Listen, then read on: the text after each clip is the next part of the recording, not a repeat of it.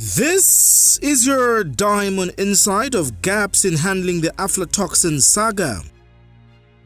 We wanted to pat government on the back for listening to the cries of millions of Zambians in naming the aflatoxin tainted millers, but some unanswered questions have troubled our conscience.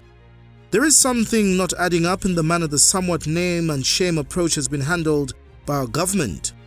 We expected to be given the total number of millers in the country, and if all were tested, and we say this because the disclosed figure of 25 samples taken on maize grain, of which 13 came out positive, does not give a national character in dealing with this crisis. Grim as it may be, we feel there is unfairness on the milling companies named, since there is no mention of other brands if at all they were inspected and what the outcome of the tests were. This is a scandal, and authorities must not attempt to force citizens to make guesses, yet their lives have been put at risk. What Zambians want to know is how many tons of milling meal were offloaded onto the market. Erring millers should have disclosed the amount purchased by consumers from retailers that will afford families a slight chance to make informed decisions on whether they should return the product and rush to the hospital for medical checkups. The fact remains the toxic milling meal is being consumed amid all manner of public relations stunts to cap the crisis. What is sad is there is no mention of how affected people will be compensated.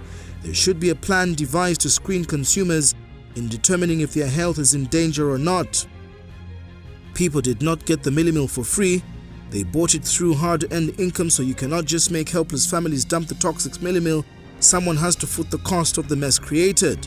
To those in corridors of power, they ought to worry by the memes going viral on social media about the dangers of consuming milling meal that is an embarrassment to those chosen to govern the affairs of the state.